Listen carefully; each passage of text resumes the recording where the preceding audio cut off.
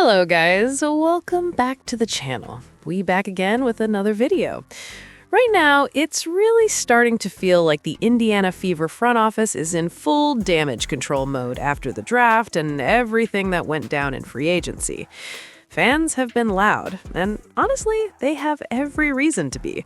The decision to draft Raven Johnson and the way free agency was handled, yeah, it's raised a lot of eyebrows. We already heard from Kelly Crosscuff trying to calm things down, and now Stephanie White is stepping up to speak. That alone, a slight tells you something is going on behind the scenes.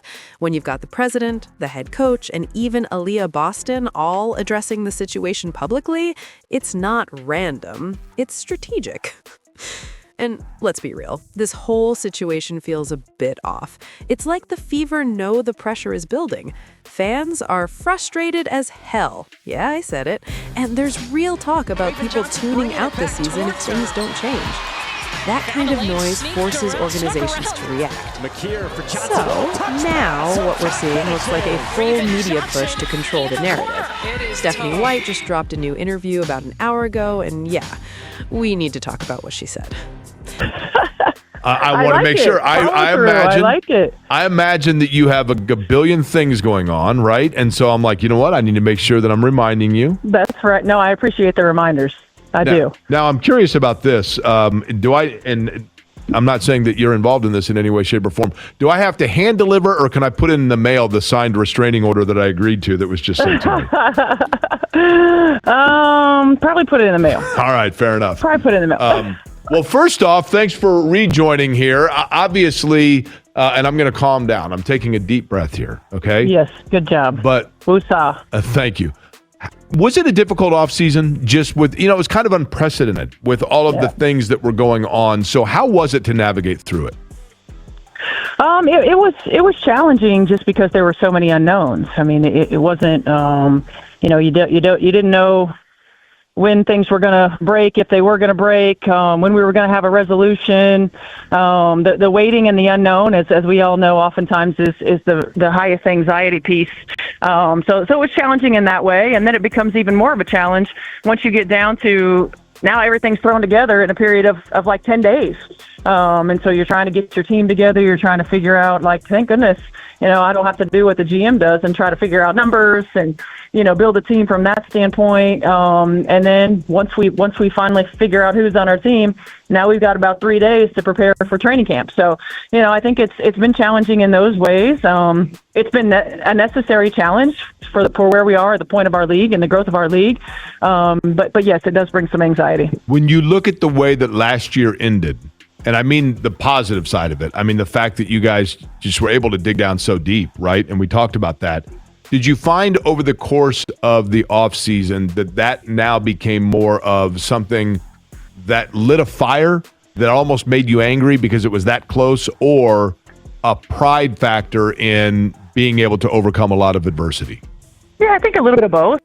Certainly proud of our group and proud of our ability to overcome all of the adversity that we overcame. I mean, if you really sit back and look at it from that perspective, we probably didn't have any business being in the position that we were in, but proud because those women in the locker room and the way that they elevated and the way that they came together and the way that they embraced every situation and just continued to put one foot in front of the other, that's what allowed us to be in that position. And so, oftentimes in sport we talk about, what you see on paper is not what happens once you get on the floor. And I think that what you saw on paper at the end of the year was much different than the product that we put on the floor because of the women in that locker room. I always say that connected teams are winning teams, and that connectedness and that chemistry, is good for 10 to 15 points a ball game. But then there's that fire of, we're a bad call and 5 minutes away from, going to the finals, right? And so then it's you're pissed off, and you think about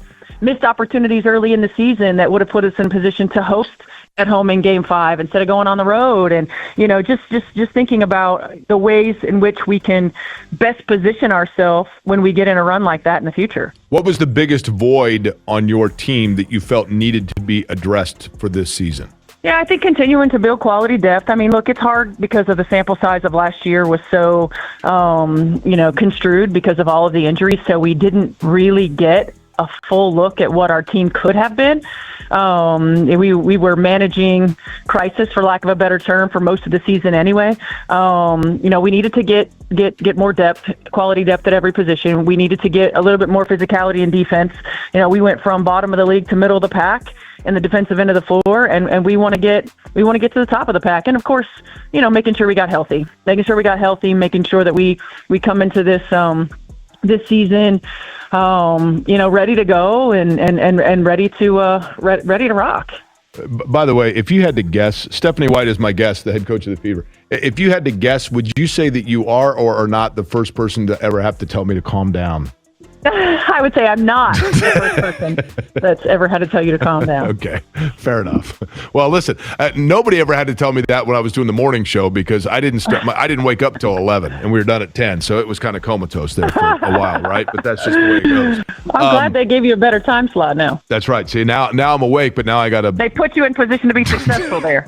They did, but I got to take a step back every once in a while and just serenity now. Did you guys get better defensively? I mean, Raven Johnson, when I looked at it, I thought might have been the best perimeter defender in the draft. But yep. Is that how you saw it? Yeah, for sure we got better. I mean, she was the Defensive Player of the Year in the SEC, which is the toughest defensive conference in the country. She can guard really multiple positions. She takes great pride in being an elite defender.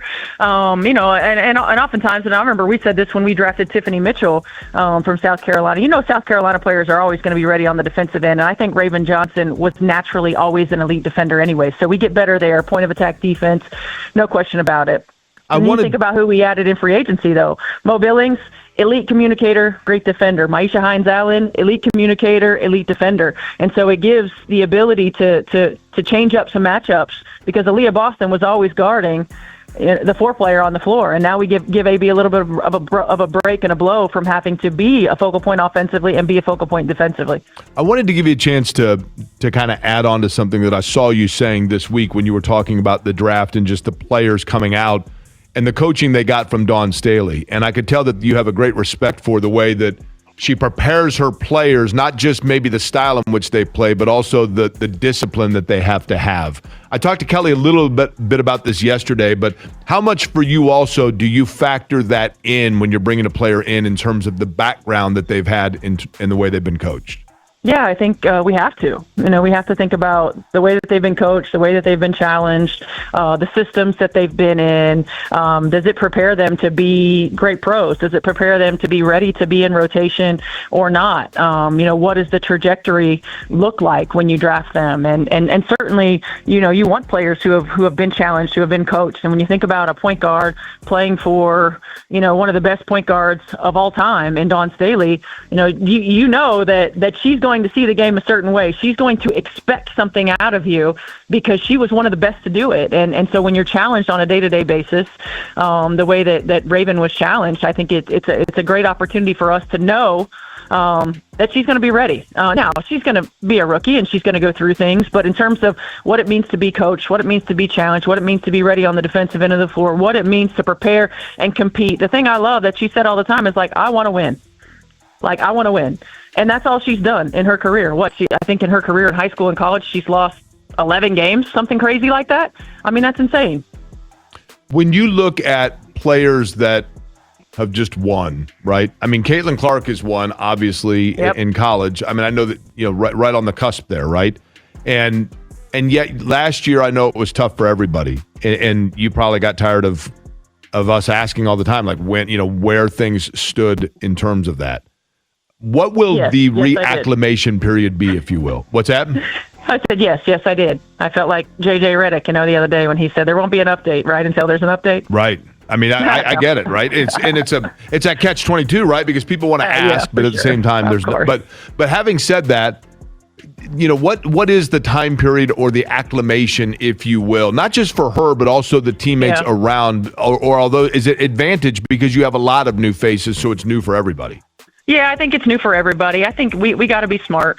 She has worked her butt off this whole off season to prepare herself. We have an added advantage in that she played games. in March, right, with USA basketball. And so she has game exposure, she has game pace, she has game rhythm, she has game timing, and so we have an advantage. But we also want to be smart. She doesn't need every rep in practice. Like we want to continue to ramp her up. It's a long season, 44 games, and we play a heavy cadence of games in a week, and so we want to be smart in camp and make sure we I don't want to say ease her into it because she's ready for camp, but we want to make sure that we manage the reps and what kinds of reps she's getting just to build her up so that she's ready to go, and we don't have any kind of questions about that.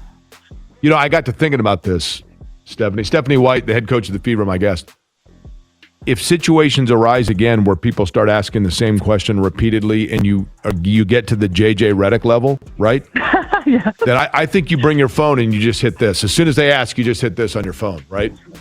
There you go. You just play that, right? I agree. Can you have that as like a favorites that just comes up, or is it like Siri, play you need to calm down? Then it kind of kills the mystique if you're saying the title, right? Because then everybody can figure out what you're talking about. Yeah, amen. That's true. In your coaching off season, you obviously were doing both radio and television for, in basketball, the NBA, and a number of areas. What was the best game you saw in the off season?